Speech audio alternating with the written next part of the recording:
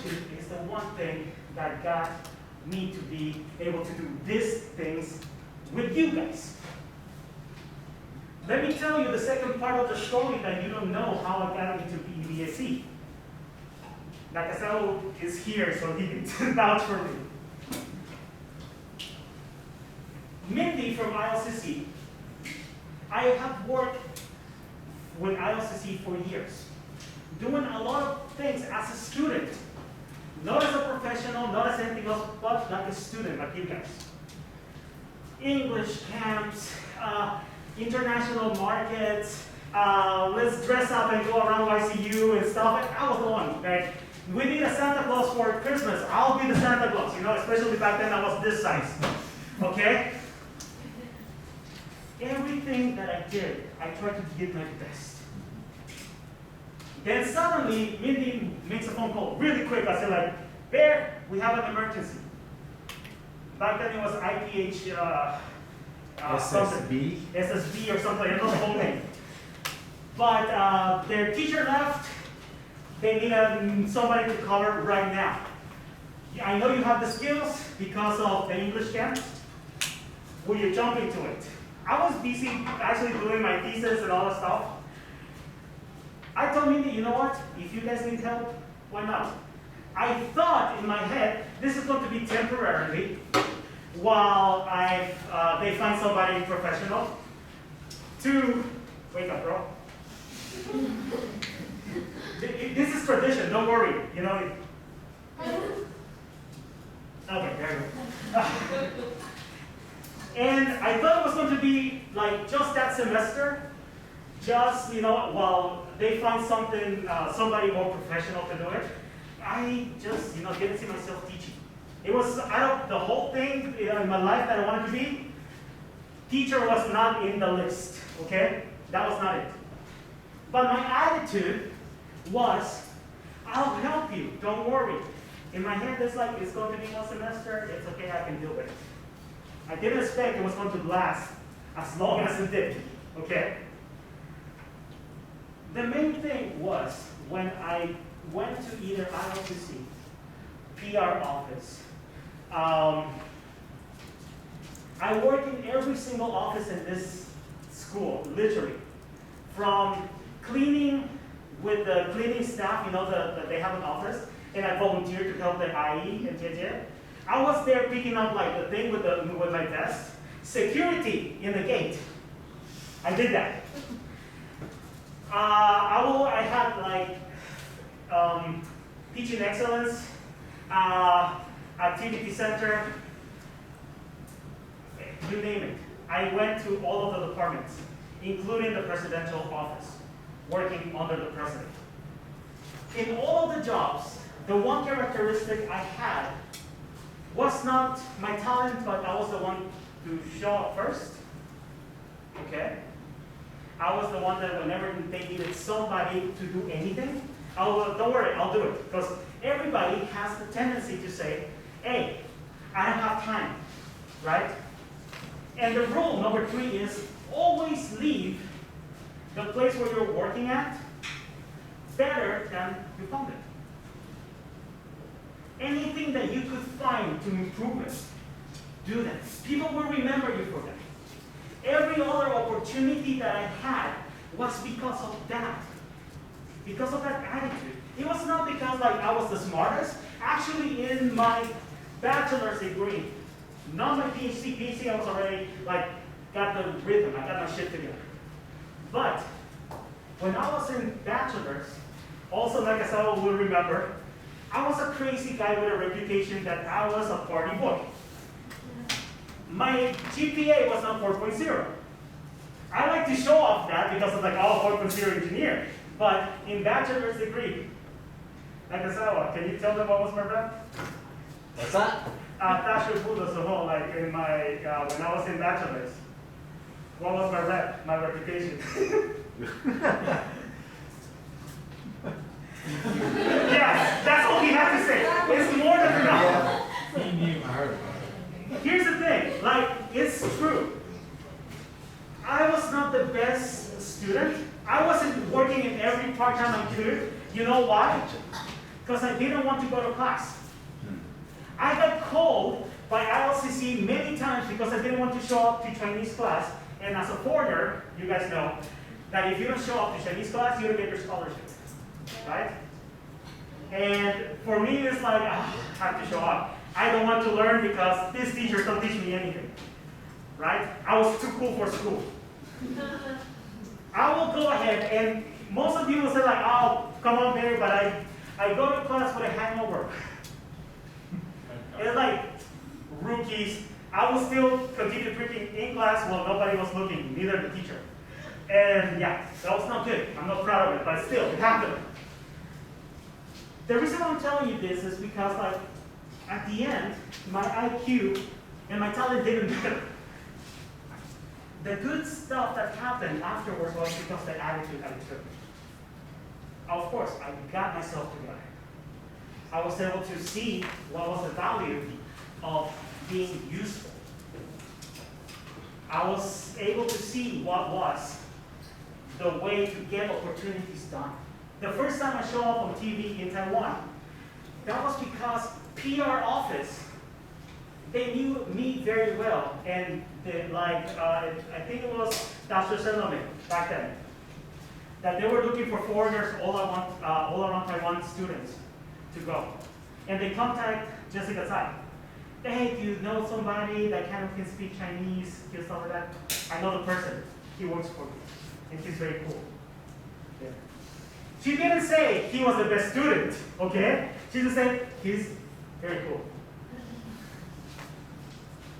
Thomas Edison, let me write it here. Thomas Edison actually said,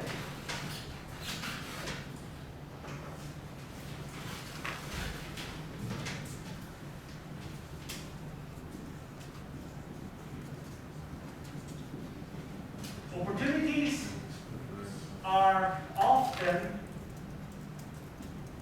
missed because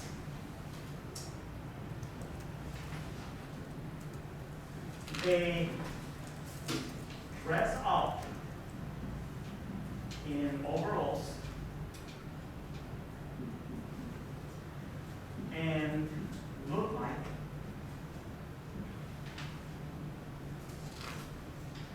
a lot of work.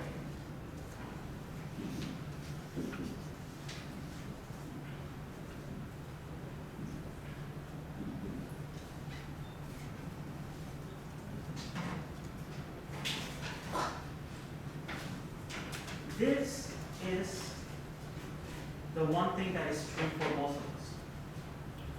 When you get the job, when you get your internship, and even here at school, many times we miss opportunities because they look like a lot of work. It's like, oh, we need somebody to do this and to do that and stuff. It's like, oh no, I'm much rather to go out with my friends, or oh, don't worry, I'm too busy. I just want to fall asleep. And I get it. You guys are students. However, many opportunities are missed because they look like a lot of work. Let me tell you one opportunity that I missed because it looked like a lot of work to me. I went to Tasha Shaname to do one of the recordings. The host was this famous host called Tauzi, right? And she was also hosting a singing competition, kind of like the American Idol or X Factor in Taiwan back in the day at the same time. And she was also the host and producer. During the show, during the taping, they realized that I was able to sing. And of course, a foreigner that can sing in Chinese, my gosh, perfect. Good TV, right? They sent me directly from Tasha Saname's studios where they were doing it with TVCS to go and do a direct audition, like not like everybody else, but to go just to record a fake audition and give me a 3-year contract to be the person that every contestant they have to PK, to contest with, if they want to go to the next round. they have one person that they have to compete with, and if they beat me, they pass. If not, no problem. But I was there, I was fixed. And they told me, you don't need to do anything, you just need to sign. And I was like, I have school, I have this, and now I have to do this. I don't have time for anything. I said no. I said no to that opportunity. And of course, the opportunity left. Because I decided that that was too much work for me. Not one. During the time. Upon realizing that that opportunity passed you by, do you regret or you more grateful and appreciate that that happened for you to realize what you could change about yourself? You know, like every experience in life, regardless whether it's an opportunity like this or something else that happens, everything comes down to bringing you to where you need to be and where you're at. And if you're happy with where you are now, it doesn't matter what happened in the past. As they say in Disney, Lion King to be exactly, Hakuna Matata, no worries, right? But yeah, it's a good question. I never thought about it like that. But I have a second one. They were also looking, afterwards, years later, they were also looking for somebody to go around Taiwan eating and showing places to eat and do vacations and stuff. Travel channel, and they were looking for somebody in Pampanga because that made more sense, right?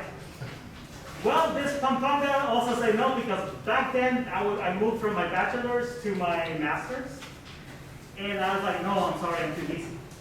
So they decided to give that show to my friend, Tagada, bold, so he got the traveling channel, wanted to go around Taiwan and stuff. And here's the thing, it's okay. You know why? Because that whole thing allowed me to learn many things. At the end, I know I wouldn't be doing what I'm doing now, or had all these experiences that I love, and probably I would have never discovered that I was good at teaching if I would have probably taken those. However, the one thing for sure is those opportunities were missed by me because I thought it was too much work. Sometimes maybe the opportunity is the one opportunity you want, or the one solution you want to provide, but it's like, oh, it's going to be a lot of work, I don't want to do it.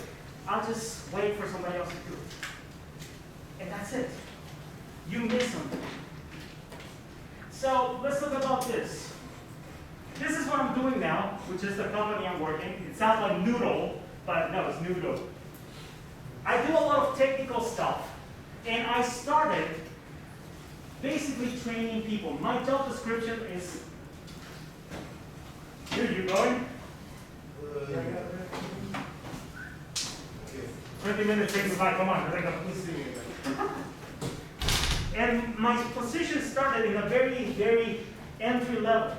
They just needed somebody to train customers. That was it. They didn't have material. They didn't have anything, so I needed to prepare everything. Okay? I needed to let them know that with all of these cars that are coming in the market in the following 5 years, there's not enough charging stations. Everybody talks about Tesla, but they don't know that these cars are coming. And they're already in the market, and they're EVs, and they don't have chargers. So what do? We provide them chargers. We're providing a charging solution, and we're kicking Tesla's ass. Thank you very much. We're working around the world. So we don't have something like you. Have you heard about Tesla having downtimes that the chargers don't work or something? That doesn't happen with Noodle. Thank you. But with this whole thing that we provide them, we provide people an opportunity to make business with this. And we do that in a smart way. These are not just the chargers that you go and scan a card or make a 1-800 number call. Can you please activate the thing? No. It's a smart charger that you just scan your phone, the QR code, you enter your payment information, you start charging like this. Very good technology. It's the top of the line. Not even Tesla can do it. And with here, we can actually control all of the charging units from my tablet, from my PC. I can be in Hawaii, and I can still be troubleshooting something in California. That's why my job, I can do it from Taiwan, even if my company is founded and we have most of the customers in California, Houston, Australia, Thailand, etc. Okay? Now, why am I giving you this? In this context, as I told you, I started as an entry level, and then we start to expand my responsibilities. Because this is what you need to remember. You have to be an impact player. There are two types of people. Regular people that are individual contributors that will, in a company, just show up, clock at 9 a.m. in the morning, and then at 6, clock out, I'm free. I don't want to do anything. And they take 2 hours for lunch, okay?